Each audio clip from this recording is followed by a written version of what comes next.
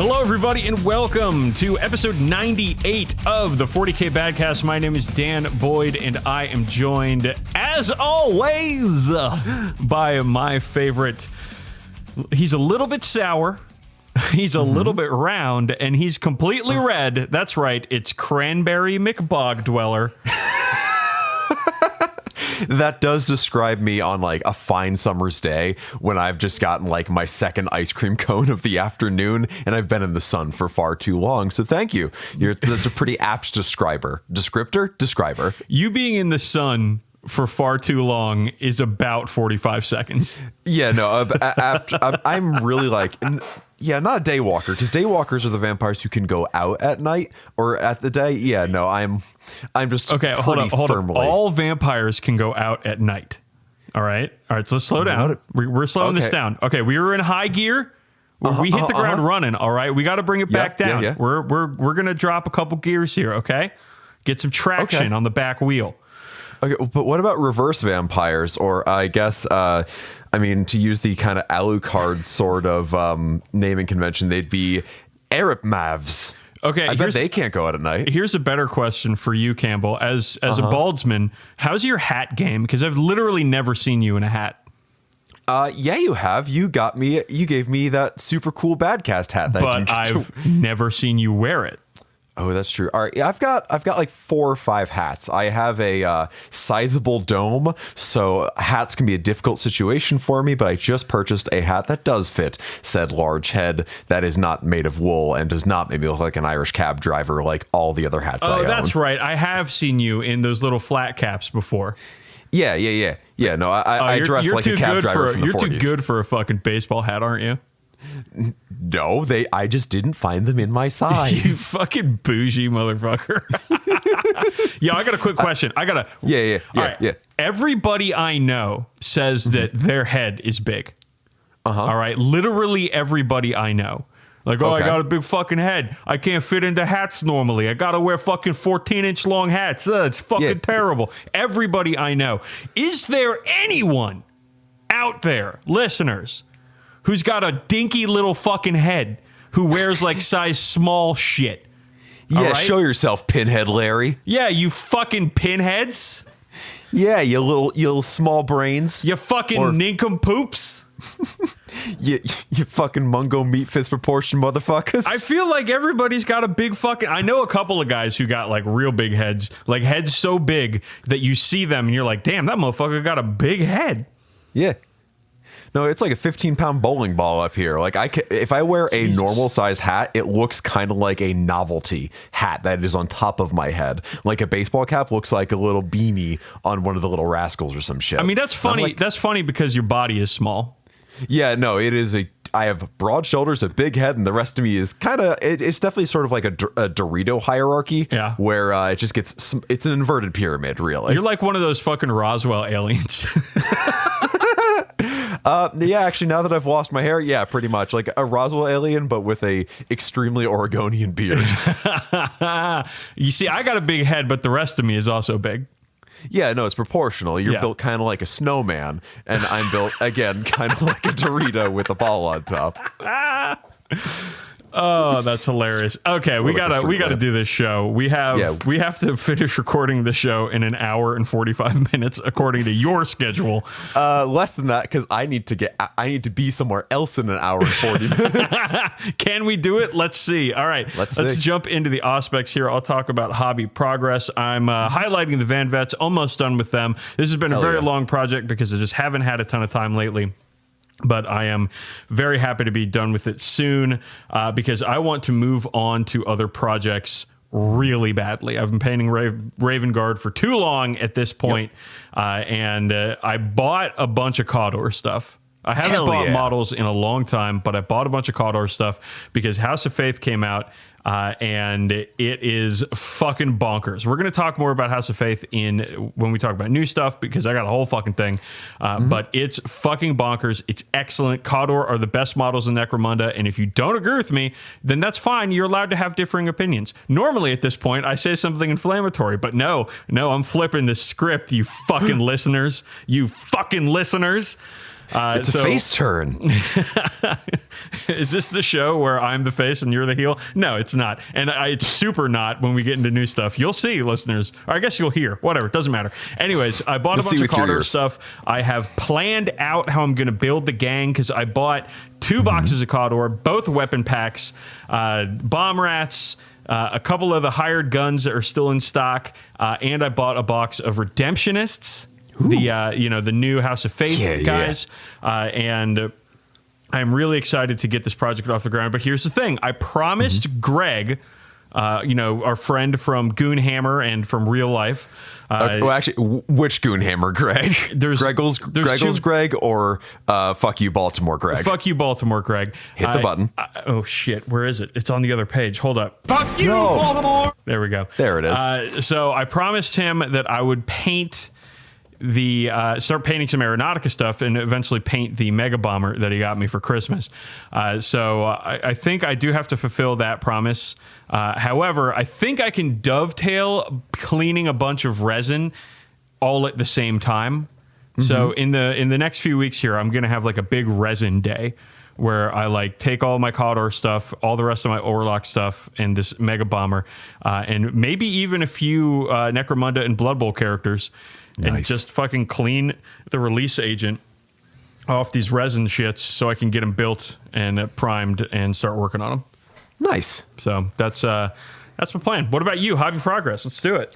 Yeah, so my hobby progress has been off the chain because I am off the job now because I just lost my job, which sucks shit. But anyway, painting models is good. So I finished those bat swarms from Cursed City, which I hated. And I turned that around, painted Brutog Corpse Eater, the ogre. I painted him in one fucking evening. Yeah. I adore that model. Yeah, it's a good one. It is like every other model I paint in this set is my new favorite model. That model is incredible. I painted the 10 mysterious objectives, I think also in like a day, which is such a fun little variety pack of weird stuff to paint. You don't know this, but there's 2 little like goblin-y little demon dudes in there who are like biting a piece of gold. They have lovingly defined butts.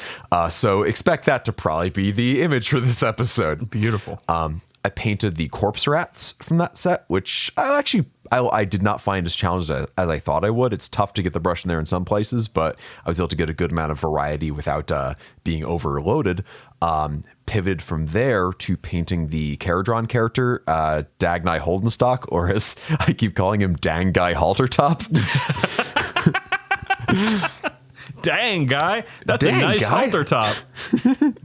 I am currently working on the Cursed City zombies, which are not my favorite models in the set. Just going to throw that out there. No, I mean, it's so frustrating. They could have just done regular fucking zombies. I feel like the new zombie kit for the Soulblight Grave Lords has 1 or 2 of the dudes who are hunched over with the gravestone on their back, and the rest of them are pretty typical, and I wish it was more like that. If anything, I wish that if there was like a typical regiment of them, the dude with the gravestone on his back was like the standard bearer. Yeah. Or something cool like that, or like a mobile graveyard marker. Yeah. I've spent like 3 days just doing base coats on them. There's so many overlapping little details. It's really frustrating for just chaff. But after them, I've got Gloria Van Alten, the noble dude, and that's it. After that, I'm done with Cursed City, which I'm very excited about. Because that's been a really fun project, but I'm very much looking forward to getting back to Space Marines because I've been playing some games, which we'll get to in a bit, and it's made me really excited about Ultras again. So I, as a couple impulse purchases for some retail therapy after my current situation came to light, I bought and built the Heavy Intercessors and the Gravis Casual Sunday Captain. I gave them all some little conversions like back banners, tilting plates, some cool head swaps and stuff. You and your fucking back banners, man. I adore that shit. That is like, if I look over here at my bookshelf, it's like Codex Ultramarines, Third Ed Rulebook, Codex Angel of Death, Realm of Chaos, like all the old shit, just back banners. I love back banners. They give you some nice verticality to your models. They give you a great place to put some heraldry or freehand designs. They let you really tell what squad's what.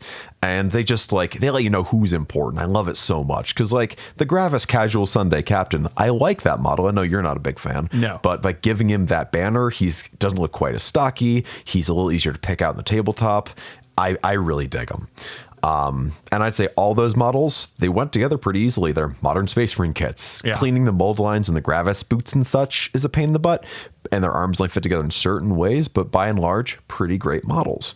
I also picked up the Primaris Tech Marine, who I am definitely going to give the chef kiss hand, because how many Space Marines are firing pistols versus how many are going like manja, you know? Yeah. Oh shit. Oh shit. Oh shit. Grazie. And he'll probably have some overwrought Italian name. Just give it time. And then last, but certainly not least, a listener reached out to me on Twitter, and they sent me some cool stuff. So they sent me the old Acold Hellbrass model from Warhammer Fantasy. Yeah.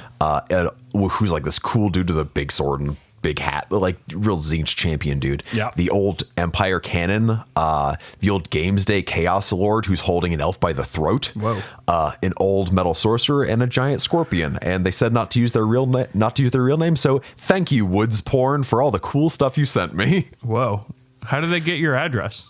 They reached out to me. We talked for a bit, and they didn't seem like an axe murderer. So yeah, they sent me some stuff. Yo, what the fuck, Woods Porn?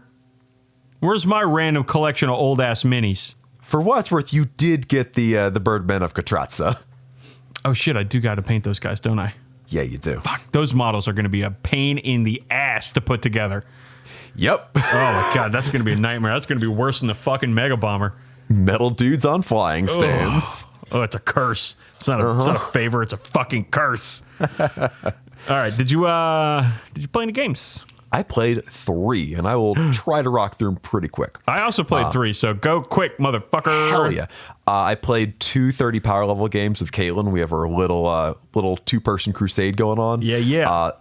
They were smaller, shorter games. Tell me that Caitlin somehow got good and kicked your ass in one of these games. The thing is, Dan, I don't want to be a liar. Oh, she got a whole new codex too. Well, yeah, and now you have like the multiple like compounding layers of new army, new codex, new edition, with the extra layer of crusade and all the complexity therein. Oh boy. So both games were a bit they took a while just because of how much shit there is to keep track of now. Like there's so many, not just turn by turn, but phase by phase, unit by unit, keyword by keyword shit going on with AdMech. It is a lot. Yeah. And it didn't go super well for her in either game. But my key takeaways here are that Redemptors with the plasma cannons are fucking money.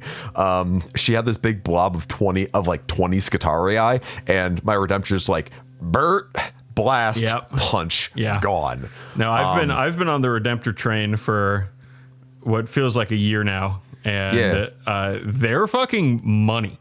Yeah, I finally got to use mine, and it was insanely good. She did finally kill it with a tech priest. Got the last wound off onto the servo with like a servo arm hit, which is pretty great because then she salvaged it and now got like the parts, because the way the AdMech work in Crusade, which we'll do a Crusade focus on them in time, but they get to like craft weapons. It's fucking cool. So neither game went the AdMech's way, but it was still fun to get a pair of games in and hang out. Yeah. Third game I got, the AdMech stuff is fucking radical. The Crusade, where they're building their own items and weapons and shit. Yeah, that's baller shit. Yeah, I think we'll probably need to cover that next episode because I haven't read the book yet. Yeah, I've paged through it a couple of times, and I got to tell you, man, that Crusade section might be the best one yet. I think that's been true of all but like one that we've done so far. Yeah, we can talk about that next episode, though. Yeah, for sure. Then my third game was just yesterday, which was against Quinn, who is a listener. Yesterday, all my games I played yesterday, and I played a person named Quinn yesterday.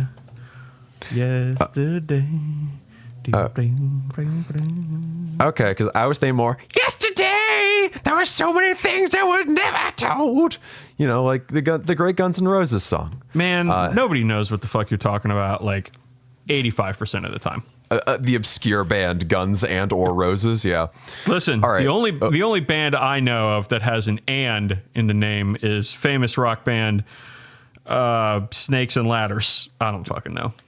Where is this joke coming from? It's okay. It's okay. We can get 2 misses in a row. It's fine.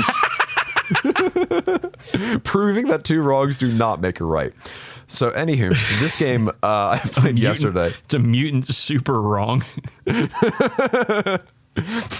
Yeah, all right.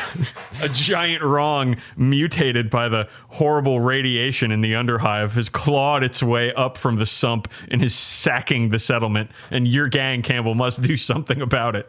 In this metaphor, the mutant is my jokes. It so happens like Mungo Meatfist fell into the sump and came out as like Dumbo Shitfist. Hey guys, I got some really good opinions on stuff. I can't wait to have opinions later in the show. I think you and I might have a fight. This is going to be a good one. All right, keep going, please. All right, so this game against Quinn, 1,500 points. His Ynnari Harlequins versus my Ultras. Which, when I mentioned to Cody I was playing as Harlequins, and he said, "Oh no, you took Space Marines against Harlequins, you poor sod." No, you don't do that. And not only did I take Ultras versus Ynnari Harlequins, which is just Harlequins with the Incarn in there, really. I took a thematic Vanguard Phobos heavy force, which looked really cool, but didn't do very good. No. Like, I'm glad I got to go first because it meant I got to feel like I had the upper hand for 15 minutes. Yeah. Like, I definitely had that feeling turn 1 where I'm like, look how tough my shit looks. I outnumber him. I outgun him. This is going to be great. And then turn 1, 2 boats zip up, fire 5 fusion pistols each at my Redemptor and my Invictor, kill both immediately. Yeah. And he uses this like little radius aura from one of his characters to reduce range so I can't shoot back at a lot of his shit. And turns out when you have a whole army that's -1 to hit with a 4-up invuln save, it's really hard to deal with. Yes. And of course, the whole Harlequin army is like, it is the pinnacle of elf bullshit lives, and they shall know no rules. Like, it's like, oh yeah, their units can fall back, advance, shoot, and charge every turn all the time. And they just do it all the time. It's just they're constantly moving, running everywhere, just cutting your shit to pieces, and you can't fucking do anything about it. Yeah, there's one point where I was like, I move over this barricade, which means I subtract 2 inches from my movement. He's like, oh yeah, I don't even know the new terrain rules because they don't matter to me. Oh, that's a good kind of Warhammer player right there. Yep. I mean, I only know my rules. That's how I was with the psychic phase for like 3 editions. That's right, Quinn. I'm fucking calling you out. What are you gonna do about it, huh? Come to Virginia and get in my face? I don't fucking think so. I mean, hey, maybe he'll kick your ass next. I'm talking shit. I'm gonna end up playing him at a game someday, and he's just gonna fucking wreck me. Oh yeah, no, he's gonna table you turn 2 like he almost did with me. Because on turn 3, I had 2 models left on the table, which were my bikers, and he was up 38-17. Where'd you play? At my house. Did you kick him out like right after you're done? Get the fuck out of my house, Quinn. Well, I'm friendly. I'm gracious in defeat. I've learned to be gracious in defeat because it typically happens a lot. Yeah, happens a lot. My 9th ed streak in person games anyway so far has been an anomaly for my win-loss record. Ooh, yeah. Well, I mean, you keep playing Caitlin. She'll get me one of these days. Caitlin's going to find me and kill me. I can't wait. Yeah, finally, this will be a one-man show. Exactly what a one-man show that doesn't get edited or published. This is what the listeners really want. I'm just gonna use my laptop microphone and just publish straight out of Audacity every single episode. What's EQ? What's bass boost? Who the fuck knows? I'm Mouth just gonna sounds and ums all day long, listeners. That's all you'll get. Mouth sounds, ums, and flanger. Flanger. Just the whole way through. All right, are you done talking about your games? Can we move on to my games now? Real quick, yeah. Quinn's a swell guy. He was a fun opponent who really understood his army. My reign of terror is over. The Harlequin's reign of terror has begun. On to you, Dan. Very good. All right. Speaking of reigns of terror, I played a 2,000-point match play game versus Scott Horse Heresy's Astra Militarum. Remember when we hated that name? Remember we were like, we'll never call him that. I mean, I still call him Imperial Guard. Yeah, it's funny how things change. Anyways, I had my quote unquote standard Raven Guard tournament list, which I'm not going to go into details with because the listeners don't care. And if they do care, they can fucking get at me about it and whatever. This is the wrong show for tournament lists. This was like supposed to be like a tournament style game. Like we were going hard. Well, Campbell, I went a little harder than he did, and I maxed him and won 100-79. Oh my God. Fuck yeah, dude. So as to the Reign of Terror comment, Scott has yet to beat me in 9th edition. Scott's a good player, and I keep kicking his ass. I think part of it is because the Guard Codex sucks fucking shit. He can't be that good a player because I've beaten him before. That's right, Scott. I'm calling you out. Oh, man. I don't think he listens to the show. Anyways, it was a fun game, though. Scott's one of my good friends, so it was good. That was a little bit of Porch Hammer, too. Loved me some Porch Hammer. Righteous. Then after that, I had a little Crusade Games Day at my house. Part of the Estratus campaign. Our friends Kevin, Evan, and Chris came over, and we each got 2 Crusade games in at 500 points each. My first game was against Chris's Death Guard. It was a supply drop, which is the one which has disappearing objectives. We tied on points, but he did table me at the end of 5. So I think that means he won. I don't know. I'm going to call it he won because I did get tabled. It's a Pyrrhic draw. Yeah, he made a 12-inch charge with his Blight Lords. They were like 11 inches away or something. I think they needed an 11-inch charge to make it. He's like, fuck it, I'll just give it a shot. Boxcars. That was the game at that point. It was on my Eradicators, and I was just like, oh, well, there ain't no coming back from this, is there? So it was good. I did go first, though, and I got a first turn charge off with 5 Vanguard vets into a squad of Plague Marines, and they did jack shit. Rip. So very excited for that. But my Librarian leveled up, and he got the Psychic Might Battle Honor, so he can cast 3 powers a turn, which is pretty cool. God damn, yeah, that's solid. Then I played another 500-point game against Evan's Sisters of Battle. This is pre-Sisters of Battle Codex, which came out, I guess, in between our last show and this show. I tabled him on 3. Well, he managed to kill my Dreadnought with a bunch of Repentia and a little bit of shooting, but my Blade Guard squad ran wild and killed 4 of his units. God damn. By themselves. Blade Guard kick ass, though. For what it's worth, Blade Guard whip. Yeah. So far in the Estratus campaign, I am 1-1-1. All right. So I'm just chilling. I'm just doing it. Just doing the most over here. Okay, let's get on to new stuff because there's quite a bit to talk about here. Because there's a new AOS starter set, I should say, called Dominion, which I know you're excited about. I want to talk about the Stormcast first, Campbell. Sure. So we got Indrasta, the Celestial Spear. We talked about her in a previous show. She's got the Hero Staircase. Otherwise, very cool model. I mean, you know what? I'll give her the Hero Staircase. Like, it's definitely like she's got real sanguineous energy. I dig it. Yeah, I mean, is she going up the staircase? Is she coming down the staircase? I got a lot of questions. All right, and this model, not talking. All right, that's fair.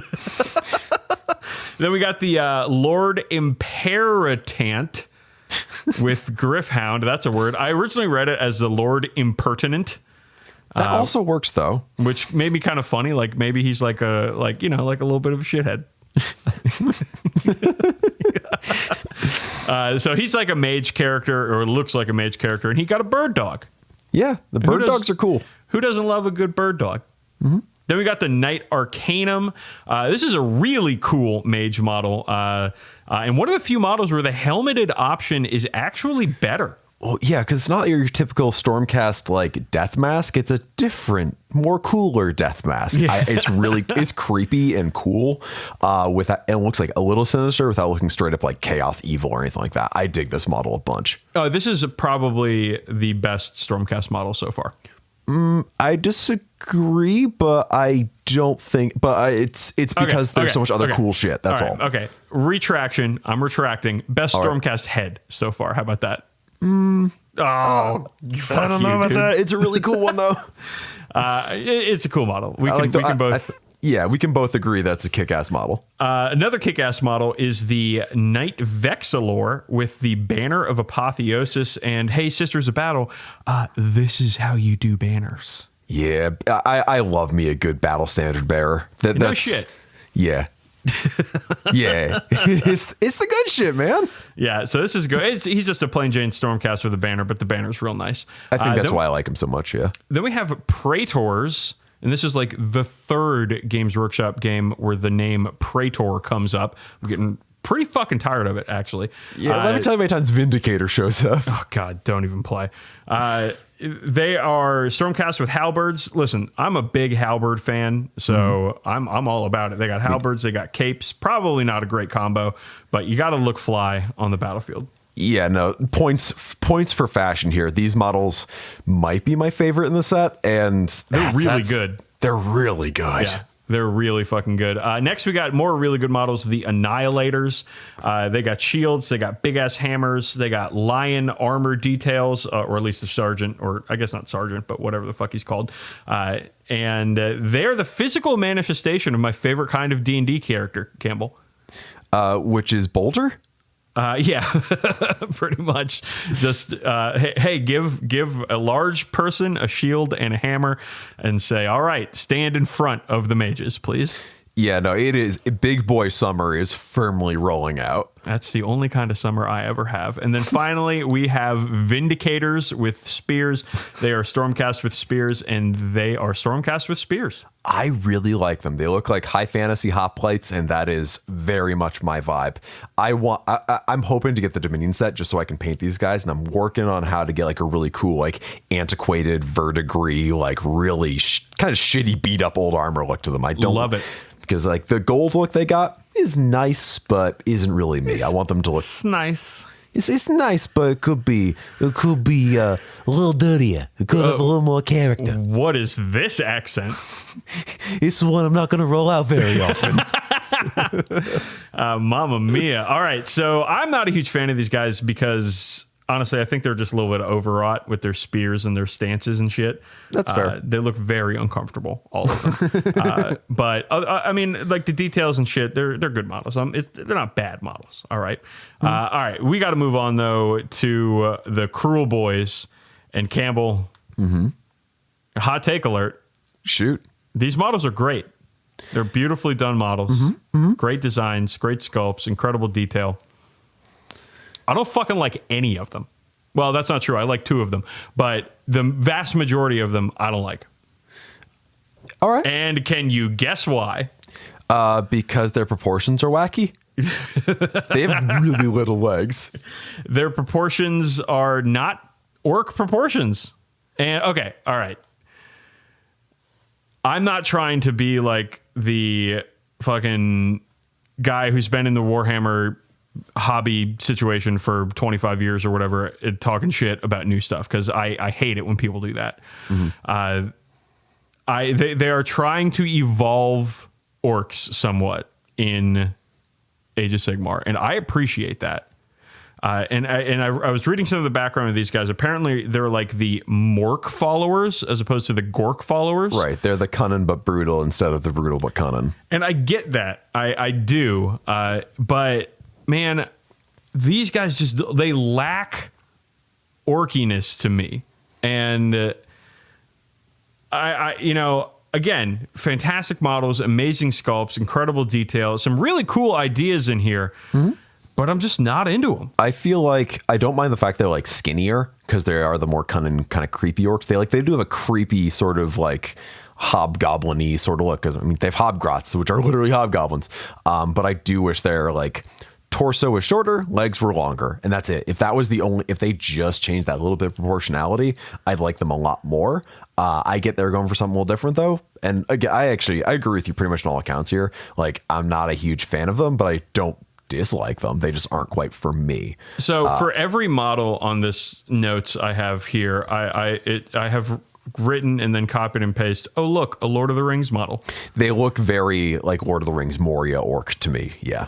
Which is fine in the context of Lord of the Rings. But I don't know, dude. Like, we've got so many great orc models in both 40K and Age of Sigmar with their classic stature, which, I'm a huge fan of. And like, I don't know, dude, they just look weird, and their faces don't look like they look directly ripped from Lord of the Rings. They're much more Lord of the Rings-y. Yeah, a lot of their details are pulled from like old like pre-Slaughter base Citadel orcs. Like they are drawing from a lot of old shit. And again, like with the shields are straight out of like 5th edition fantasy. But yeah, they do look much more Lord of the Ringsy. And I get like you still have the more classic looking orcs with the iron jaws and the bone splitters and all that stuff. And it's not necessarily, I wouldn't say an evolution of the orc design. It's like an offshoot. Like if you imagine a very orky tree going off in 2 directions here. No, I suppose I get what they're doing. It's just that I just don't like them. And I'm sure there's listeners out there who are fucking banging their heads on their phones or car wheels or fucking keyboards or whatever, like, that don't like the fact that neither of us like them. I actually thought that you and I were going to disagree here. Not really. But yeah, these ones aren't doing it for me. So let's go through them real quick. The Killaboss on Great Nash Tooth. Oh, look, a Lord of the Rings model. I love the critter he's on, though. That critter is nasty looking. The Swamp Kala, Shaman, and Potgrot. Oh, look, Campbell, a Lord of the Rings model. Potgrot is not Lord of the Rings. The Potgrot is pretty the Potgrot classically. sucks. The fucking what do you call it? The what's the word I'm looking for? God damn it, Campbell. What's I hope the word? it's pot. No, it's fucking the proportions. The proportions of the grot are off to me. His arms are too long. His torso's too big. Like y'all have done goblins before, right? Come on, seriously. We got a Killaboss with a stab grot. Not gonna lie, I love the stab grot. Stab grot rules. The Killaboss, I don't care for the Killaboss. I like, again, if you just adjust the proportions, I like them a lot. Oh, I almost forgot to say, oh, look, a Lord of the Rings model. We got the Merc Knob with a Belchabana. Merc Knob, fantastic name. Yeah. Okay. Belchabana, also good. Right. And the Bana itself is great. Is fantastic. But the Merc Knob he looks directly ripped from a Lord of the Rings movie. This is the model to me that really sinks this whole line. And oh, look, another Lord of the Rings model. All right, we got the Man Skewer Bolt Boys. I don't know what the fuck they're doing with this. I honestly don't. This is like, what are these fucking crossbows? They're big crossbows to shoot big guys in a big fantasy setting. These guys, I like the look of them all right, but they do look a lot like the Mordor orcs with the helmets especially. Would you say, oh, look, another Lord of the Rings model? I would say, oh, look, 3 more Lord of the Rings models. Then we got the Gut Rippas, which are actually not too egregious, to be honest. This is the typical boys with spears. Boys with spears. They look fine. I mean, oh, look, more Lord of the Rings models, but they're not as bad as the other ones. Then we got the Hobgrot Slittas, and I actually like these guys. There where the proportions kind of really go whack for me because they're the most apparent because they've got the least going on. But they're all right. Also, I like the detail of their armor. It's got like that like very squared off sort of look. That's a little like ancient Chinese inspired. Yeah. And the fluff for that is that it is forged by chaos dwarfs. Okay, yeah. Because they're hobgoblins, which makes me think that there could be chaos dwarfs in the future of Age of Sigmar, or as they're called, like Dwarden, but it'd probably be like Dwardagroths or something like that. Something stupid. Dwardagroth Underlords. So this whole Dominion box, and again, I don't fucking play Age of Sigmar. All right. And I know that a lot of listeners are gonna be like, well, what the fuck? This doesn't matter, Dan. Well, I mean, sorry, I guess. Sorry, listeners. But no, this box, I'm sorry, man. I just, these Kruleboyz, they just don't do it for me. The Kruleboyz aren't cool boys. No. And then we got a bunch of stuff coming out to be released after Dominion. We got the Night Judicator with Griffhounds, which is a double XL archer with bird dogs into it. Yeah, he rules. Yeah. We got the Storm Strike Chariot, which is a Stormcast chariot with 2 large bird horses. I am in love with that chariot. That chariot is right up my like. This is easily the best looking chariot they've ever done. I mean, I agree, usually the Chaos ones are way too overwrought, way too much detail, way too much shit going on. This one is fucking awesome. They need to be making chariots with this idea in mind in the future. Yeah. Which is to say chariots that actually look like chariots that existed in the real world. Right. And again, with the like very ancient Greek theme that you got for the new Stormcast, it 110% fits, and it is a really fucking good cherry on its own. It is actually the model that made me go, all right, I should get Dominion and paint up some Stormcast. God damn it, I guess I'm a Stormcast player now. The helmet on the dude in the right, that's my favorite Stormcast head.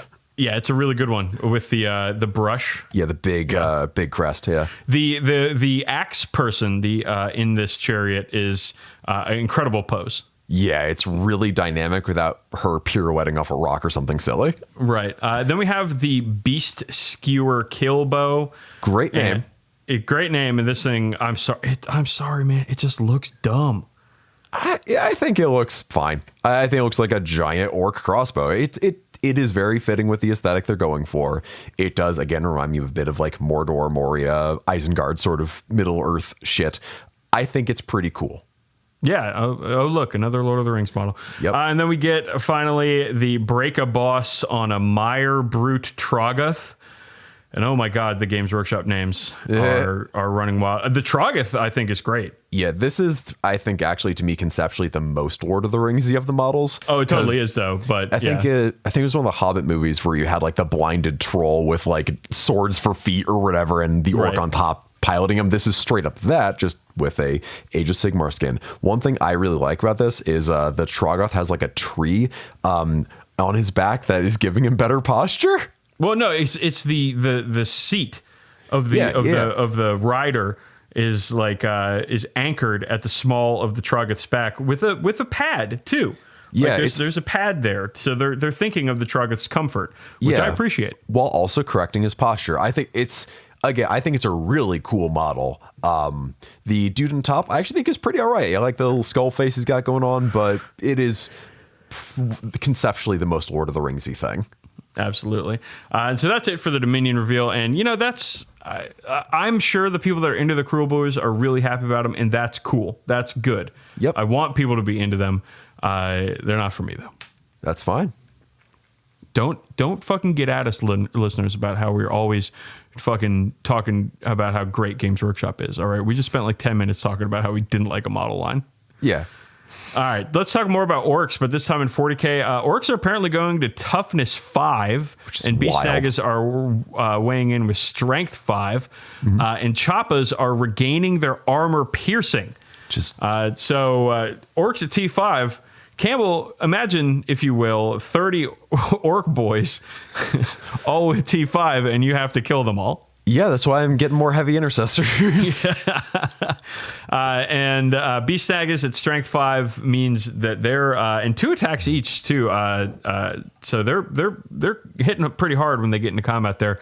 But the Choppas getting back armor piercing. Camel, do you remember when Choppas, the maximum save you could take against Choppas was a 4+? I do remember that. And I remember being a very incredulous teenager, mad that those orcs were hewing through my dudes. Yeah, and you're like, but these are Terminators. And the orc player's like, fuck your Terminators, nerd.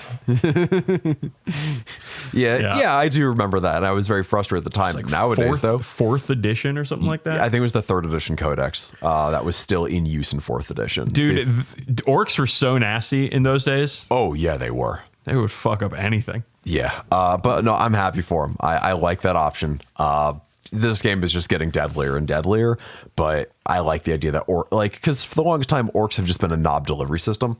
Right. And it's like, I remember you charge 30 boys into something, the boys do like a wound or 2, and the power claw does all the actual work. Right, yeah. I like the idea that orcs actually doing something. Me too. And T5 is going to go a long way to keeping them alive, too. Yep. Because suddenly bolters are, 18% less effective at killing them. Yeah, they're not much more effective than las guns at this point. Yeah. All right. We have an announcement to make. We are going to New Orleans, Louisiana for the Warhammer Roadshow. That is the first weekend of October 2021. We have bought tickets for the event. We have booked our hotel stay. Mm-hmm. We haven't done flights yet, but we'll figure something out for that in the future. So listeners, if you are going to the Roadshow and you listen to the podcast, fucking come find us. Yeah. We're both taking part in the GT. Yeah, which is I was signing up. I'm like, there's not like a narrative or a friendly. All right, fuck it. Yeah, no, so it's meet me at the bottom tables, nerds. I am very thrilled that you and I will probably meet in round one.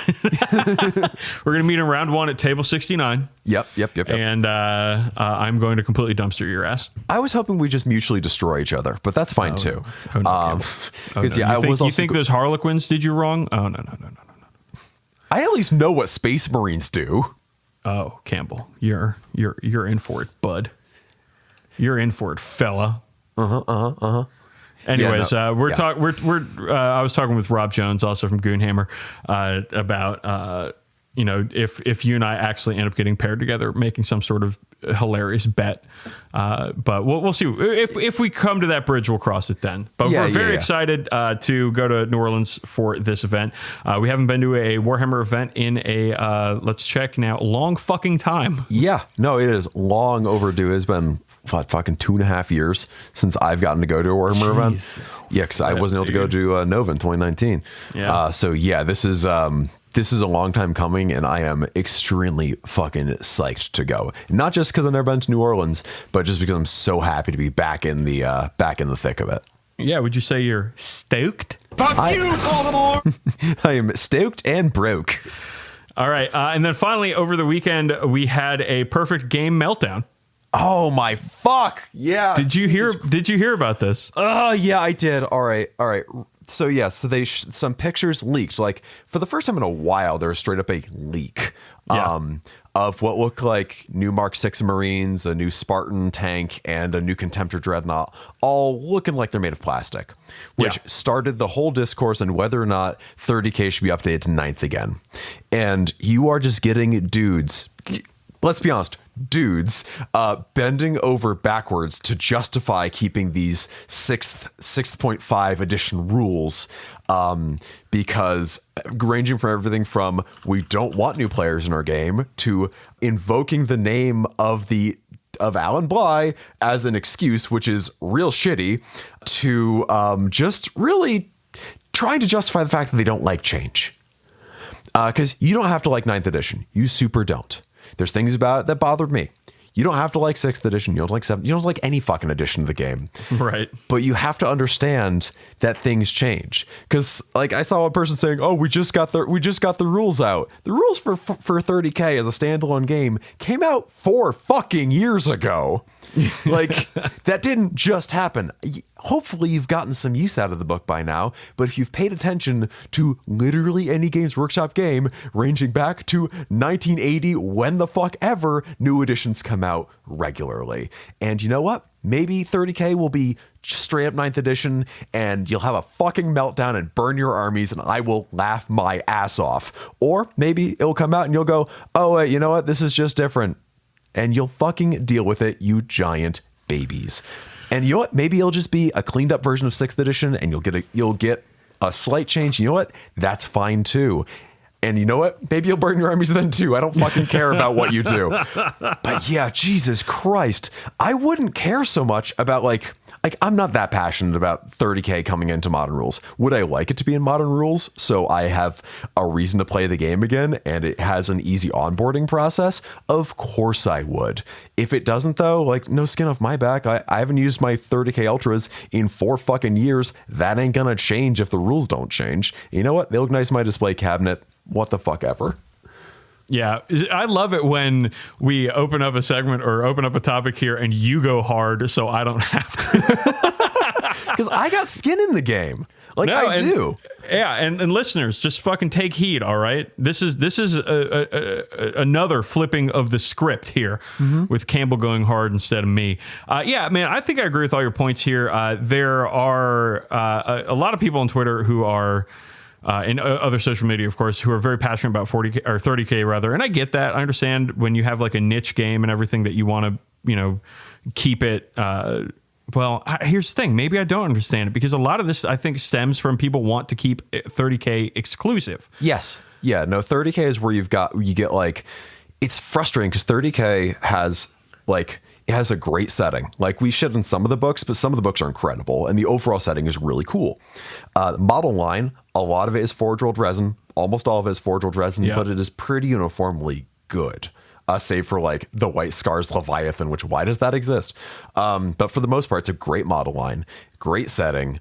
And the community for it, at least the ones who aren't like laughing about how they're buying Chinese recasts or whatever, are largely really skilled and really talented, but also some of the most exclusionary and most snobby and most elitist people out there. And again, that is not everyone by any stretch. Like when I played in the 30K friendly Adepticon a few years ago, 2 out of 3 of my games were delightful with delightful opponents. That third one was one of the worst games of 30K, one of the worst games I've ever played with one of the worst opponents I've ever played against, who was just an absolute dickwad. Yeah. So like, again, in conclusion, 30K is a land of contrast, but really the strength of 30K is the setting and the model line, and the rules are going to change. They always fucking do.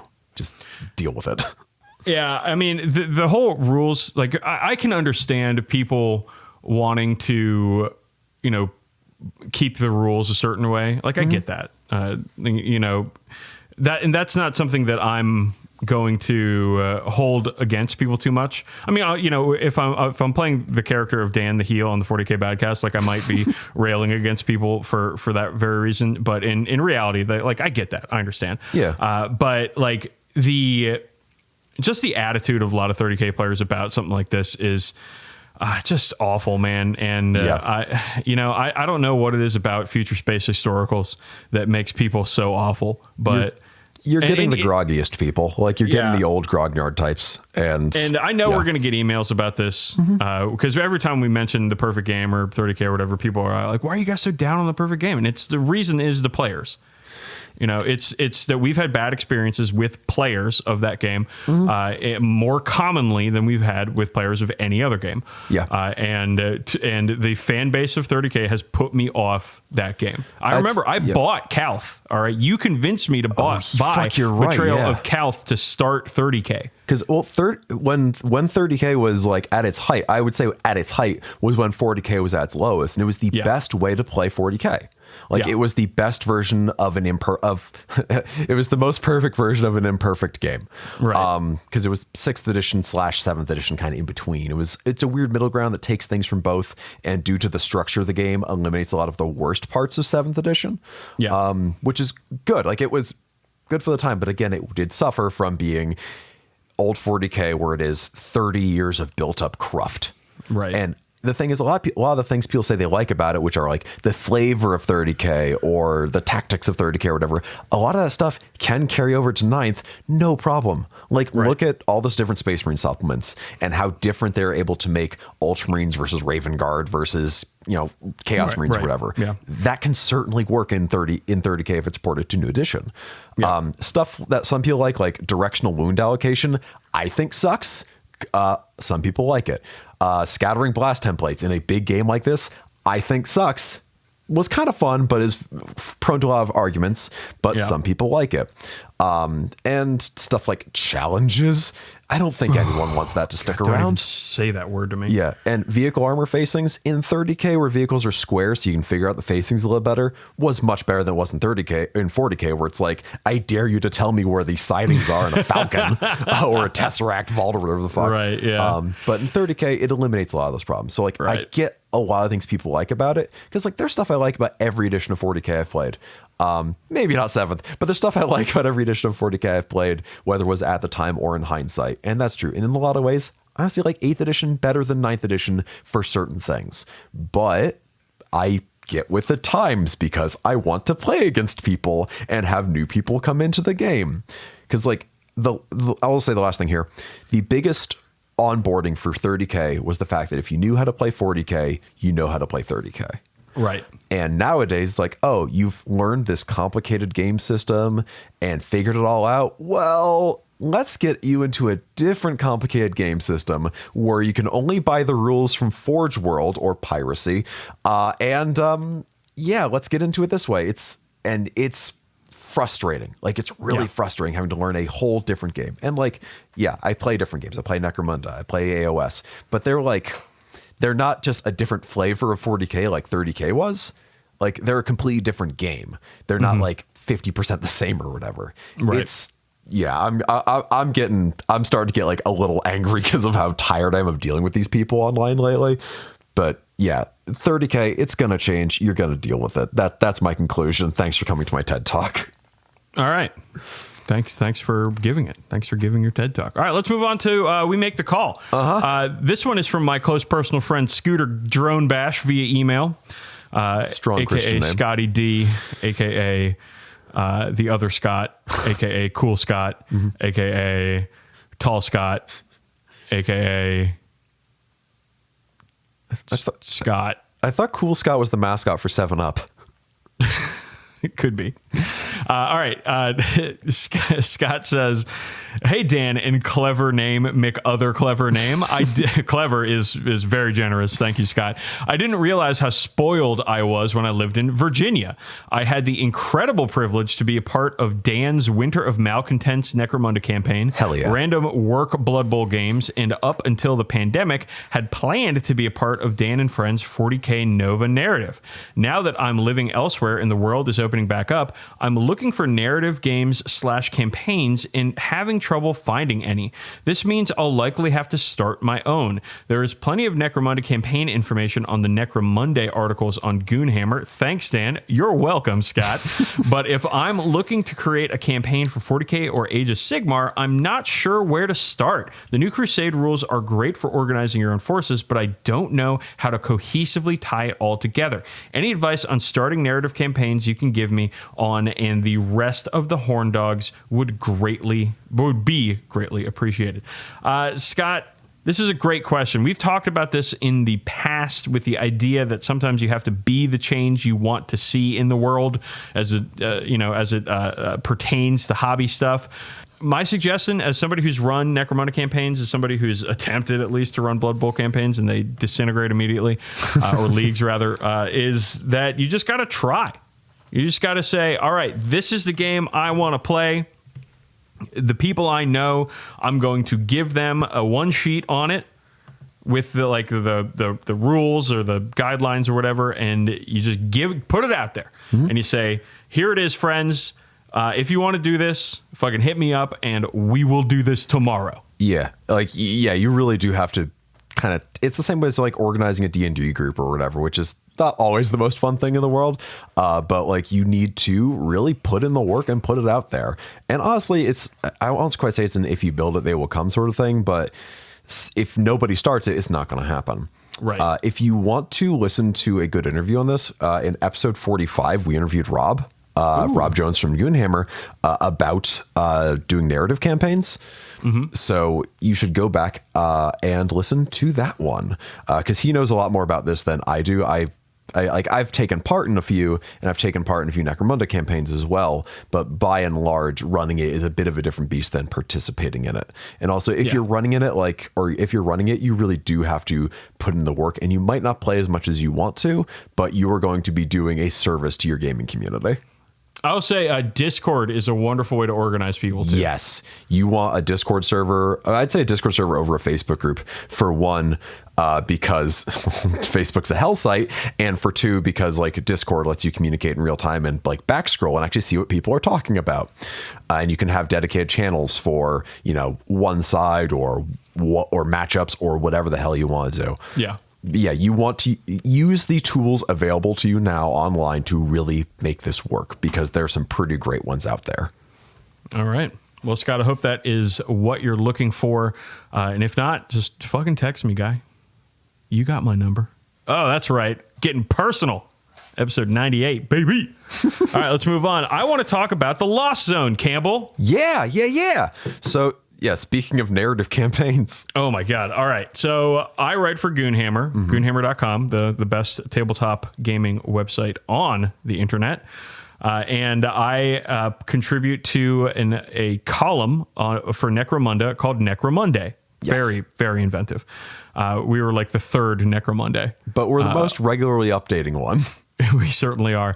And recently I wrote the majority, at least, of the House of Faith review with Kevin Fowler, who did a great job. He's a very helpful and kind man. I like that Kevin Fowler a whole lot. But before that, Campbell, I had written this whole module for Necromunda called the Lost Zone. Right. So let's let me get into this real quick. Because I got some questions. I got some questions for you on this too. Okay, have you read these by any chance? I've read a bit of it, and I contributed a bit of the like fluff and like flavor text to things. I think I came up with a few ideas for territories as well. A few got scrapped because they were too stupid. So there is an index of all the Lost Zone articles out there on Goonhammer. We will link it in the show notes.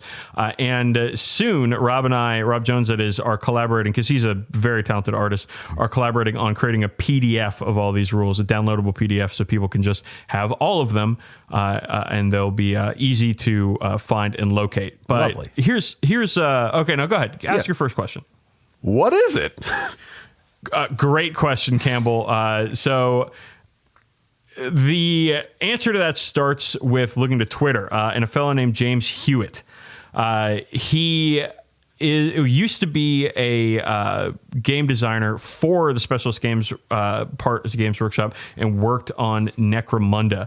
And he did a little tweet thread talking about how he wasn't happy with the direction that Necromunda was going in. And I agreed with him on all of his points. Yep. So I was out in Pennsylvania at my wife's parents' Christmas celebration thing, which I do every year. And I end up with a lot of time at the end of the night with not a whole lot of stuff to do because I'm in a hotel. And I just got to thinking. I was on one of the hobby calls that we do. And I was just started thinking about ways to make Necromunda more appealing to me. Yeah. So it's a module I made for Necromunda to bring it back to its roots. Hard Scrabble gangers struggling to survive in the Underhive. It's based around the idea of introducing scarcity to the game to slow down advancement. And it also, a big part of it for me was getting rid of territories and rackets as campaign objectives because they're inherently unbalanced. Right. Because it's a zero-sum game when you're fighting over a finite number of territories, where the winner gets it, the loser doesn't. So the winner gets to advance and the loser doesn't, and your gangs who lose are way far behind the gangs who win. So in any campaign, that's usually what always kills the campaign. Yeah, is that mad the downward spiral versus upward spiral of multiple players. Yeah, I get that. How much was balance at the core of this? So balance is part of it, and one of the things that I think needs to be balanced in Necromunda is the trading post and black market. First off, it's way too easy to get like really shithead combinations out of the trading post in black market, because it used to be that you'd roll up to the trading post and you'd roll on a D66 chart for like 5 or 10 items or something, and those are the items that are available that time, right? And you can buy them. Right. If you have the scratch to do it. Now it's like you roll 2 dice, you got your rarity, and you can buy whatever the fuck you want. Oh yeah, remember Big Chungus getting suspensors for his heavy bolter after 1 game? Yep, I do remember that. That's how I dominated the whole campaign. So the first thing I did was I changed up the trading post. I got Greg from Goonhammer, because he's a website toucher. I'm certainly not. He Computer built janitor, me. Please. Okay, sure. He built me a little trading post that will. I did this whole fucking spreadsheet, this Google sheet with all of the trading post items duplicated a number of times based on their rarity. Okay. So the idea is you click a button and the trading post pops up. And this is, you can all find this on Goonhammer. It is very easy to use. Like for instance, I just did it, and the first 5 things that come up: boning sword, flak armor, rad rounds, opulent jewelry, and a autogun grenade launcher. Hell yeah. And like those are the things you can buy from the trading post. Let's look at the black market. We got Kalma, we got a Gore Drinker axe, we got Gast, we got Scrap Shield, and we've got Armor Weave. So like you go, you don't know what's going to be there, you figure it out, and then you're like, oh, cool, this is what I can buy. So a little bit more scarcity in there, and I like. There's a whole thing with items and recruitment, and I could go through all this, but it would take way too much time. But the idea here is that gangs cannot advance as fast as they can in regular Necromunda, because in regular Necromunda, they're like paramilitary operators that are like really well supplied. Yeah, they become private armies very quickly. Right. So when you kit out your gang for a Lost Zone campaign, you kit out your gang, and then you're done. Your house list is locked at that point. Okay. You can go to the trading post and black market, and your arbitrator will post, like what I suggested is the arbitrator posts the list of available items that week, so everybody's got the same pool to work from, and anything with a rarity has a D3 value applied to it, so you can only buy up to that many of that thing. So you can't roll up in there and buy like 6 ablative overlays. Right. You can buy up to 3, maybe you can only buy 1.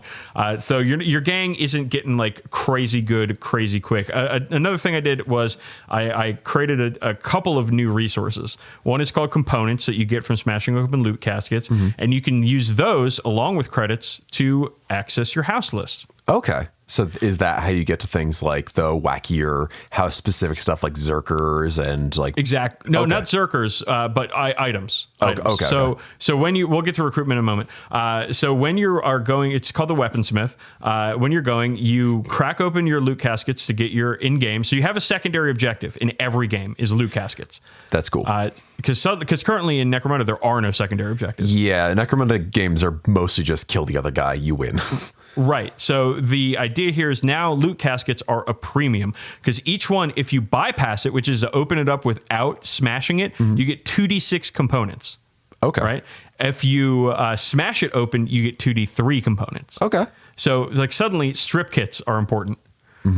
Which they've never been important before. No. So that's kind of a big deal. And they're scoring. They turn into objectives instead of you just get them. So you have to score them to actually get the components out of them. Okay. And then when you visit the Weaponsmith, which is a post-battle action, you can pay a number of components and the credit cost to open up your house equipment lists. So like a basic weapon, a pistol weapon, a melee weapon, or grenades are all 10 components, which is usually going to be about 2 games. Or 2 loot caskets worth of components, plus the credit cost. And then like stuff goes up 15 for gang equipment and terrain, weapon accessories, personal equipment, and then 20 for stuff like special weapons, heavy weapons, armor, and field armor. Okay. And plus the credit cost here, of course. And so the idea here is that now you've got a secondary objective for games, and you can still get to your house list, but you have to play the secondary.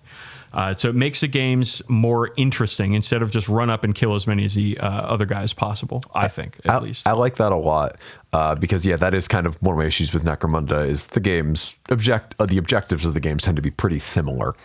Right. So what would you say are the biggest challenges of this new sort of style of play for you making it? I'll tell you, there's a lot of add-on rules. And it is introducing more complexity to an already complex game, which is not great, and I realize that, but this, like when we were talking to Scott about the whole be the change you want to see in the world, like this is the way I want to play Necromunda. Right. So I just started to tweak the rules into what I want out of the game, which is slower advancement. Gangs are just grouped tighter, so you don't have in a campaign, you have a crazy powerful gang and then several really crappy, shitty gangs. You're going to have because everybody advances slowly and it takes the same amount of, damage and injuries and stuff, and you can't get the crazy combos that you normally can because you can just buy whatever the fuck you want whenever you want. That's that's the kind of game I want to play, where your gangs are actually struggling to survive. And I call it the Lost Zone because it's supposed to be out on the outskirts of the Underhive. Okay. Right? So that's the reason why your houses aren't giving you all this money and shit to buy whatever the fuck you want from their armory, because you're out on the outskirts for whatever reason. Right. So like recruiting also is a thing where you're limited in the number of champions, because right now in Necromunda you can have as many champions as you can afford and you have rep for, right? And what I think that does is it actually decreases the importance of individual champions. Yeah, because they're the stars of the show. But if it's kind of one of those, like, if everybody's a champion, nobody's a champion. Right. Sort of so gangs are limited to one leader, of course, and only 2 champions. And this is like, you get 2 champions. You get a generic champion and you get a specialist champion. And if your gang doesn't have a specialist champion, you get another generic champion. Okay. You can have up to 2 prospects, and you can have unlimited gangers, Juves, and exotic beasts. Okay. You can only ever have 1 brute. Right. So no double ambot bullshit running around. During the campaign, you can only hire gangers and Juves. Okay, I like that. So you're locked. Now, of course, like opening up the stuff for like recruiting new champions and prospects and stuff. Like, yes, there are reasons to, like, replacing a dead champion, a catch-up mechanic for a gang who's lagging behind, underdog bonuses, campaign events, narrative reasons. Like, all this stuff makes sense and should be considered by the arbitrator. But the idea here is to reduce the number of very powerful characters and therefore make them more important. I like that. I like that a lot. And I kind of feel like this sort of DIY homebrew campaign is more at home in sort of an RPG style game like Necromunda than necessarily in 40K. Like I don't think there's ever been such a thing as a vanilla D&D campaign after the first intro session. Like, after that, things start to get wild. Like, I started one and I started like from the get go. I have a custom weapon and like custom stuff going on, because it's an RPG sort of game. Like, this is where the sort of thing goes in. I'm guessing the answer is no here, but is there any way to port an existing campaign and existing gangs to a Lost Zone campaign, or just have to start from scratch? I would say that you could easily take a existing gang and let's say they got kicked out of whatever settlement that they were terrorizing, and they have to survive in the Lost Zone, right? And so you have your existing gang, and now you're just playing by Lost Zone rules. You're playing with the scarce trading post. You're playing with components. There's like a bunch of stuff like advancements. Jules, our friend Jules, who's run Singer to Necro in the past with us, he had the great idea that there are only skill advancements. Okay. So no more characteristic advancements, because his reasoning is like the fancy gyms, dojos, and shady Deloc run correspondence courses available to gangers in a functioning Underhive have long since been boarded up. So like the idea is that they're learning the skills on the job, but they're not able to like go get bigger muscles for higher strength or higher toughness. Okay. Because they're scrabbling, they're near starving. I've taken reputation and turned it into another currency, basically. Like, you can spend reputation to unlock hanger-on spots, unlock brute spots, upgrade territories. So we'll get the whole fucking territory thing. So reputation actually becomes something important instead of getting to the threshold of where you can get 2 brutes. Right. Is all people care about for reputation. So you're spending your reputation. You're not just having it, you know? And then territories. All right. So I talked about how the territory system in the Dominion and the Law and Order campaign, or Law and Misrule rather, was initially like really cool, but it's not good. After playing multiple campaigns with it, it's not good. Gotcha. It is a bad system. Oh, well. Because it's a zero-sum thing, and winners win and losers lose. So in this one, I took a big-time look into the old Necromunda book from the 90s and created a D66 table of terrain, of territories that people can get. Nice. And they are really just for income and maybe a couple of special bonuses here and there if you spend reputation to upgrade them. Right. The idea is that with your you can get territories based on how many gangers you have, how many fighters you have rather. So because like you need people to patrol or to scrape slime off the sludge pits or do so. You can't just control territories by saying I control that one and never sending a few gangers to go work it. Gotcha. So now this is another currency. You got credits, you got components, you got reputation, you got experience, and now you got number of gangers in your gang. It's all intertwined and shit, and it makes sense. It's balanced because you have to think. All right, well, I can spend credits to get a fucking a gore child axe or whatever it's called from the black market for my tricked out fucking leader, or I can get another ganger and then get another piece of territory.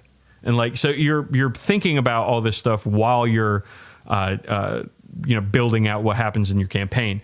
So to me, it's all intertwined and balanced, and it makes a lot of sense.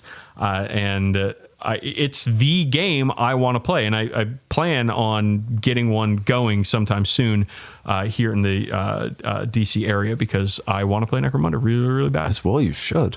Do you have plans to support future Necromunda releases with it? Like, you obviously don't have a crystal ball here, but if a new gang came out, would you consider adding them, or is there like...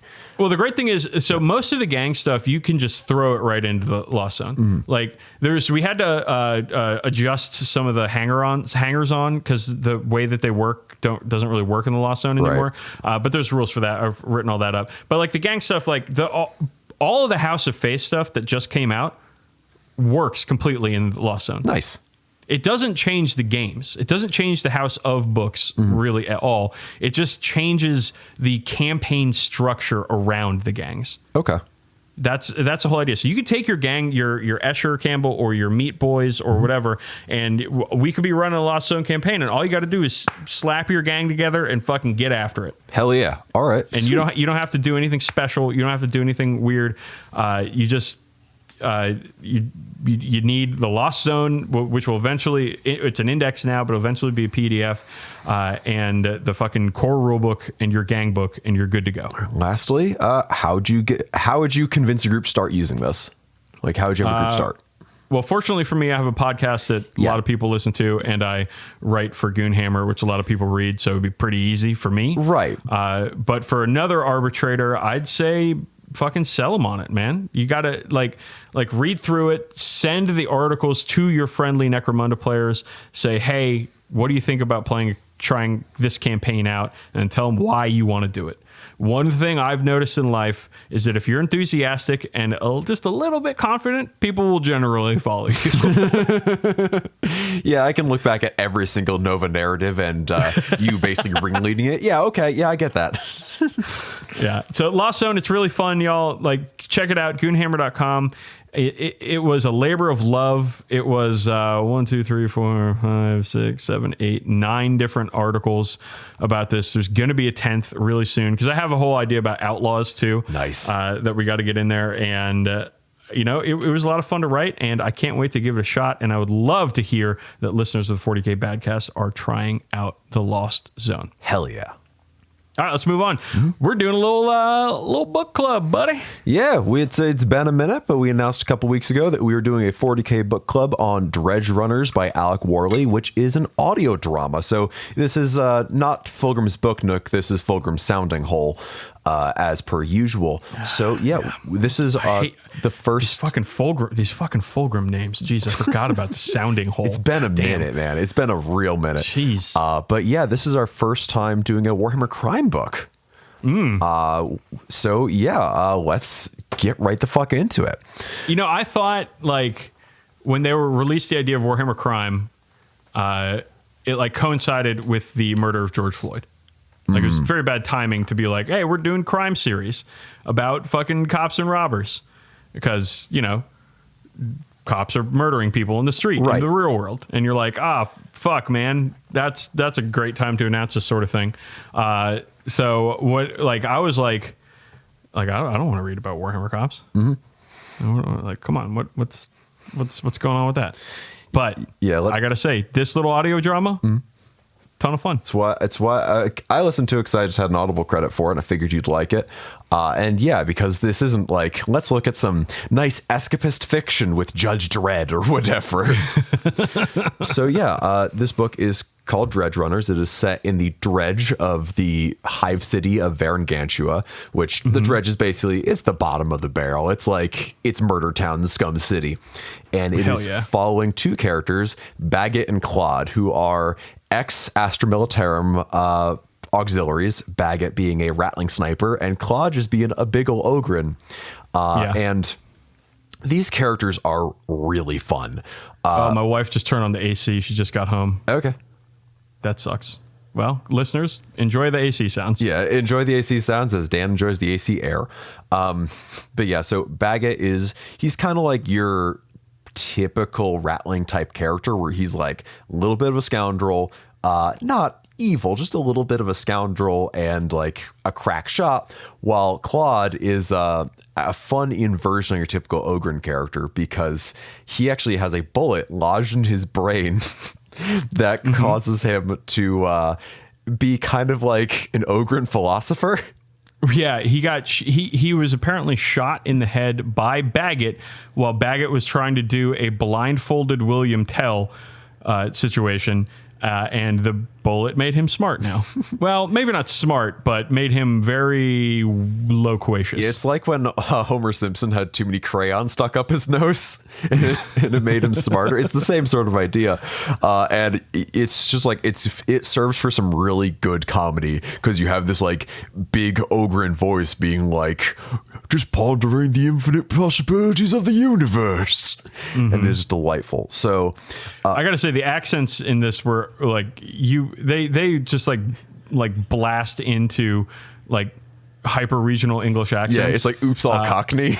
Right, which like it took me, I mean, it's only an hour-long audiobook, and I think it took me like 5 to 10 minutes to figure out like, okay, they're speaking English, and I know these words. Yeah. I am familiar with this language. Yeah, it's like in Snatch when it has the subtitles for the Irish accents. Yeah, Baggett honestly sounds exactly like Sean Bean to me. So, and there's some British comedian that does like a whole Sean Bean bit with that accent, and I thought that was very hilarious. Yeah, and of course, every single bad guy just sounds like an extra from a Guy Ritchie movie. So one of the biggest sort of like framing devices in this are these propaganda ads, and they really remind me of the Starship Troopers, would you like to know more sort of ads? Yeah. And they're just like, they're kind of played diegetically as like the cants and the like the loudspeakers going off every hour, you know, basically saying like, you know, here's prayer hour, here is here's the propaganda ad saying like, all you workers on your tertiary shifts, make sure you smoke glow sticks. They're, you know, it's right. They're basically used to separate chapters and or separate scenes, and they serve they tie into the story more than I thought they would. Like they aren't just like for fun. Like every single one of them has some hook that plays into some other part of the story, which I really liked. Like just from a writing standpoint, that's very clever. And from an entertainment standpoint, the very prim and proper sort of voice, you know, telling you this part's brought to you by, you know, Varangantuan Low Sticks or whatever is fantastic. I really digged these. Yeah, they were a lot of fun. I liked their I liked the like content of them, I thought, but like if I were a hive dweller or something and I had to hear these things every hour, I would go insane. I mean, isn't that that's Warhammer though, you know? Like, yeah, I guess that's the point, right? Yeah, like it's really kind of getting to that that satirical core of Warhammer that isn't always there in the tabletop game. Right. Which I really do enjoy because that is still very much at the heart of the game and the setting to me. So I'm happy to see that here. So as for the actual like story here, Baggett and Claude are basically your typical kind of hired scoundrels, like stealing stuff, not trying to kill people too often, although they do a bit. But this isn't, you know, an all guns blazing sort of action story. So it starts off with these two goons who kind of have a long diatribe talking about how badass Baggett and Claude are, which is a little clunky as they're driving off to the deal. Yep. and just trying to buy guns from our abhuman pals. And once Claude finds out that they're buying the guns for an anti-abhuman cult, he wants to call the deal off because he's sort of this philosopher Ogren who's very principled and very like for abhuman rights, which is really cool and a very fun angle for the character to take. While Baggett, again, is a bit more of a scoundrel who doesn't care as much, but still has a conscience. So you're not following absolute scumbags here. You're just also not following your shiniest of heroes, which I liked a lot. Right. I kind of liked Baggett and Claude. I thought that they were fun little characters. They're criminals, but they don't seem to be very good at being criminals. Yeah. Yeah. They're very much like they ran from the guard because they didn't want to get murdered, and they're just trying to do what they have to survive. Right. And again, it's not like too grimdark what they have to do to survive, although some bad stuff happens. So, yeah, the deal was that weapons deal was on behalf of Madame Kruger, who is like your typical like a gang queen, hard ass badass. And she's pissed when the deal goes south because the bad guys drive off and explode because Claude forgot to give them the cells to cool off the Feiseling in the weapons deal. So they die. So the whole thing gets called off. And in so doing, also blows up all the money they were supposed to bring back to Madame Kruger.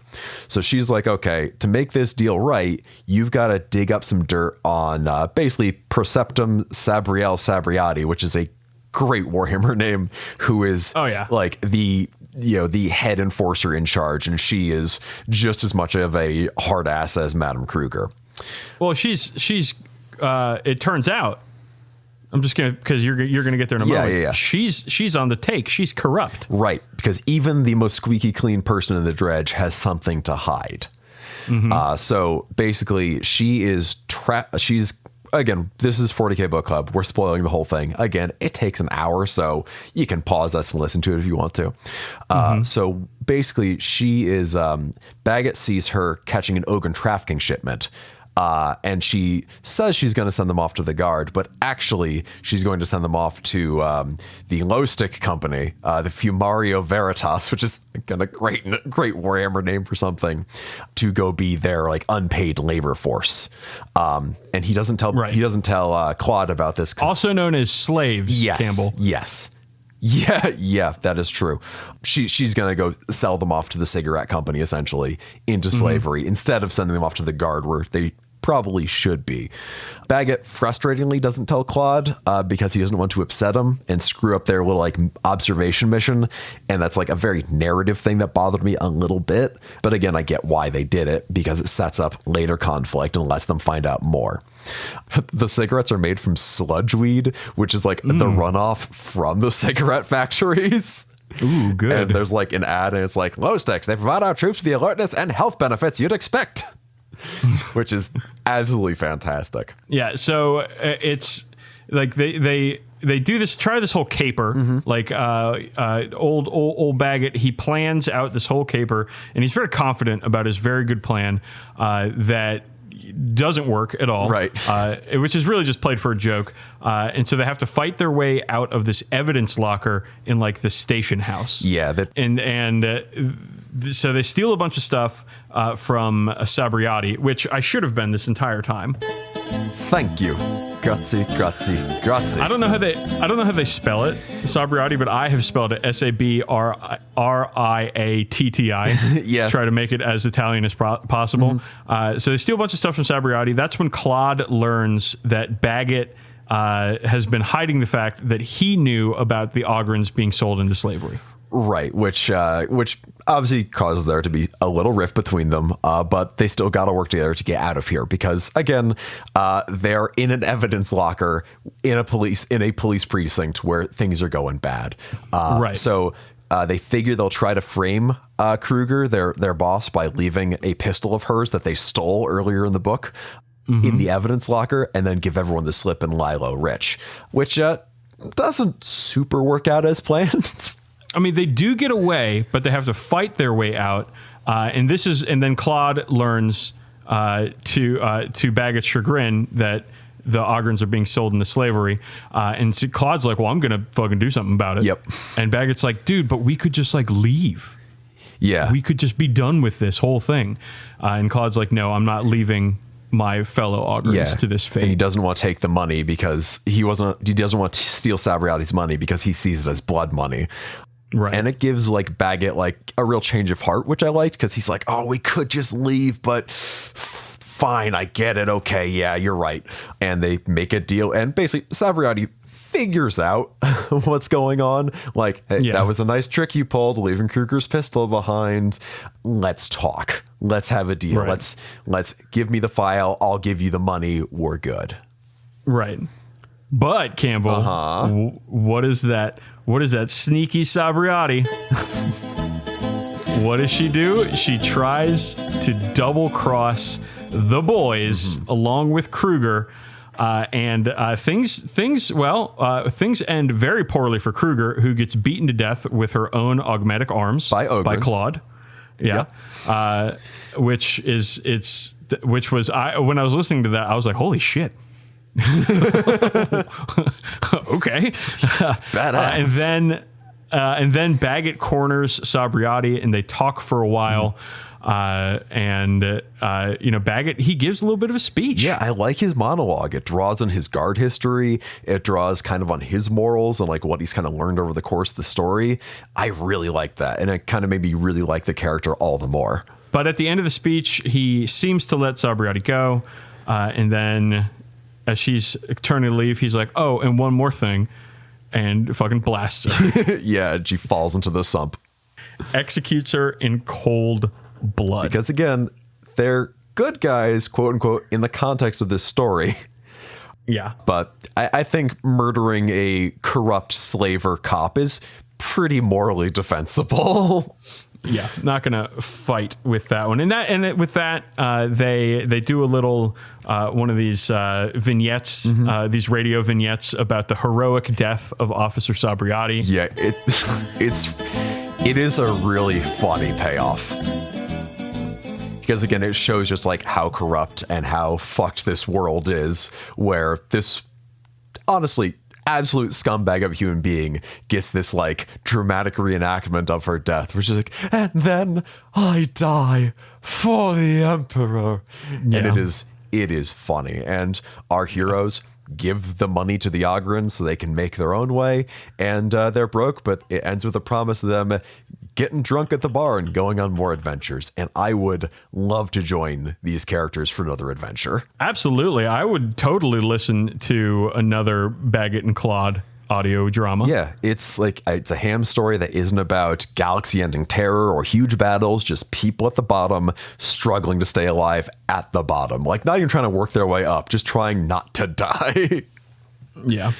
Well, Campbell, delightful. Yeah. I hope the listeners actually gave this one a listen and enjoyed it as much as we do. It's only an hour long.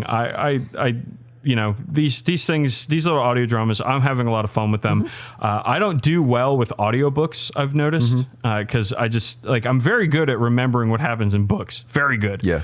But with audiobooks, it just slides off my brain for some reason. I definitely zone out if they're too long, and too long is not very long. Right. So like these hour-long little audio dramas are perfect for me, and they're great for painting. Yeah. Yeah, they are. Let's move on, my friend, from good fiction to what is almost certainly, invariably, redundantly bad fiction. It's Fact or Fan Fiction, the marquee segment.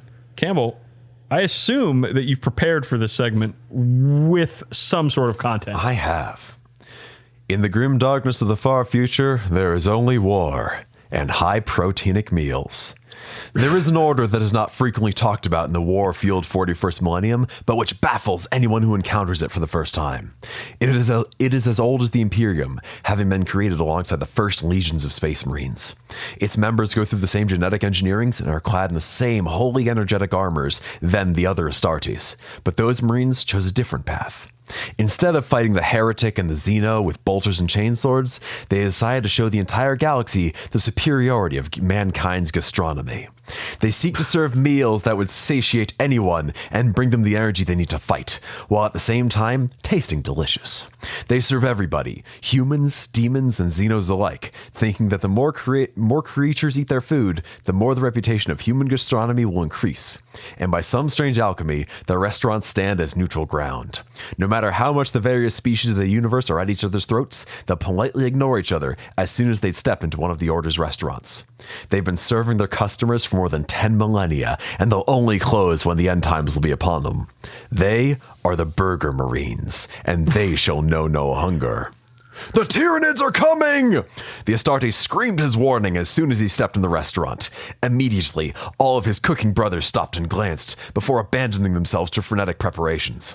The Burger Marines were running left and right, to the point that their red and yellow armors, with helmets as white as snow where the face would be, would blur into some kind of colored fog. The steaks were being cooked, the fries were being boiled, and everybody was shouting orders. A young scout named Ketchup, who was mopping the floor, stopped one of his elders, clad in his Terminator armor and carrying gigantic bags of frozen fries. "Tell me, brother, are those stories that are told about the Tyranids, are they true?" "Yes, young one," replied the veteran. "And they are still far from telling everything about the nature of those Xenos. Why are you asking me this, young Hup? Are you afraid of their arrival?" "There is no fear in my heart. I may only be a scout, but I am still a space marine." The veteran nodded and would have patted the boy's shoulder if he had a free hand. He quickly took the way to the kitchen. Soon the whole restaurant was ready. All the Astartes gathered themselves behind the counters and in the kitchens, and they waited. They didn't have to wait for long. They could all hear a strange rumor. At first it was pretty low, but its volume quickly increased, reaching deafening levels. It was a cacophony of screeching, of clinking, of hissing. Thousands of claws were scraping concrete outside the restaurant. Thousands of inhuman throats were calling. This sound would have frozen the blood of any living things in the vicinity, except for the Space Marines themselves. And the front door exploded under the charge of a monstrous carnifex. The beast rushed inside the building, followed by dozens upon dozens of other, smaller Tyranids. Termagants and Hormagants quickly joined the carnifex, with a few warriors on their trails. The floor seemed to be alive as well, as Ripper swarms were running between the feet of the monsters. Lictors erupted from the floor as well, leaving huge craters behind them. The whole horde was heading in the direction of the Burger Marines. Growling, hissing, screeching, there wasn't a single spot in the field of vision the Astartes wasn't hidden by a chitinous shell, claws, fangs, or vicious eyes. They soon were on the counter, and they abruptly stopped. The Tyranids ordered themselves in front of the counter, and then the Carnifex raised one of his gigantic claws and pointed at the billboard detailing what was served in the restaurant. "I'll take 40 of each," screamed the beast in a low-pitched and full of clicking voice. "For the Emperor!" yelled the Burger Marines before preparing the commands. This would be a long, long night. Oh my God. I love it. I think that, listen, sometimes, Campbell, you bring some hot, steamy stinkers onto the podcast, which you surely don't enjoy reading, and I really don't like listening to. Yeah. And then you bring me a Space Marine restaurant. This time, or catering company. Yeah. Instead of a steamy stinker, I brought you steamed hams. I love it. Unfortunately, Campbell, I know that's going to be fan fiction. Yeah, that is true. That is Chronicles of the Burger Marines by Purple Fishman. And real quick, Dan, that was chapter 1. How many chapters do you think there are? 420. I wish. Not that many. This is a 70-chapter fan fiction. Oh, holy shit. This has chapter names such as Dealing with Competition, Part 5. Red ones go, what? Now that's fresh meat. Designed by Bloody Stupid Johnson. Chainsaw good. Wow. And the Darwin Award goes to Cronenberg Moment. And last but not least, never decline a free offer. All right. That's amazing. So, well, thanks for that, Campbell. That was really good. Of course. Thank you for indulging my taste for Burger Marines. Well, all right. Let's jam through some plugs. Easy for me to say. We've talked about Goonhammer. We both write for that website. Go there and read. our articles. We also, you can support the show. We are on Patreon at patreon.com/40k Badcast. We have a monthly bonus episode, and we just started a new mini podcast there for all the horn dogs at the 690 tier called the Torco Borco Reporco, where we I need to edit those. Yeah, it's where we're reviewing Taco Bell menu items. Month by month, you'll be getting an extra mini dose of Live Moss goodness from us. Thanks for mentioning that, because I honestly forgot that I needed to edit those this week. I was hoping you'd remember when I sent you an as yet unannounced project that was related to that, but that's okay. If you also want to support us, you can go to our Spreadshirt shop, which is shop.spreadshirt.com/40k Badcast, where you can buy t-shirts, stickers, grilling aprons, really the only accoutrement you need for your body, or other cool stuff you can do. You can also follow us on social media at facebook.com/40k Badcast if you want that flavor of Hellsite, or you can follow us on Twitter for a different flavor of Hellsite. Dan is at DB_sleazy, and I am at BrotherSRM. I'm also on Tumblr, a third Hellsite, so cam2d.tumblr.com to see pictures of my models, because Twitter only lets you post 4 pictures at a time. Keep going. Okay. I don't think we have any other plugs. Again, we're going to be at Warhammer Fest New Orleans, or Warhammer Roadshow New Orleans in early October. So that's a ways away, but that is going to be a ton of fun. And we are coming up real close in episode 100, where we got some especially cool stuff going on. So stay tuned, listeners, because it's only going to get, I don't want to say better, because it's still the Badcast, but it's only going to get more from here. Well, we usually end the show on a quote that we, like to take with us in our hearts over the 2 weeks of intervening time. So, Campbell, I hope you got something poignant. You like that enunciation? I do. And Dan, the G's not silent. It's poignant. Poignant. Here we go. The loyal citizen shall walk in truth, while the brigand shall forever in darkness run. Poignant sounds like a really New York guy trying to say pregnant, and he's just messy. Like, I heard she was poignant. I can't come into work today. My wife's got poignant. A baby on her. She's poignant. She got a little guy going on in there. There's a little guy in there. He likes to eat a food. He likes to I don't know, kick. Very poignant. I'm fucking very teething poignant here. You've never seen a woman so poignant before. You've never seen a baby so small before. All right, gang, we're the 40K Badcast. We are bad at a whole plethora of things.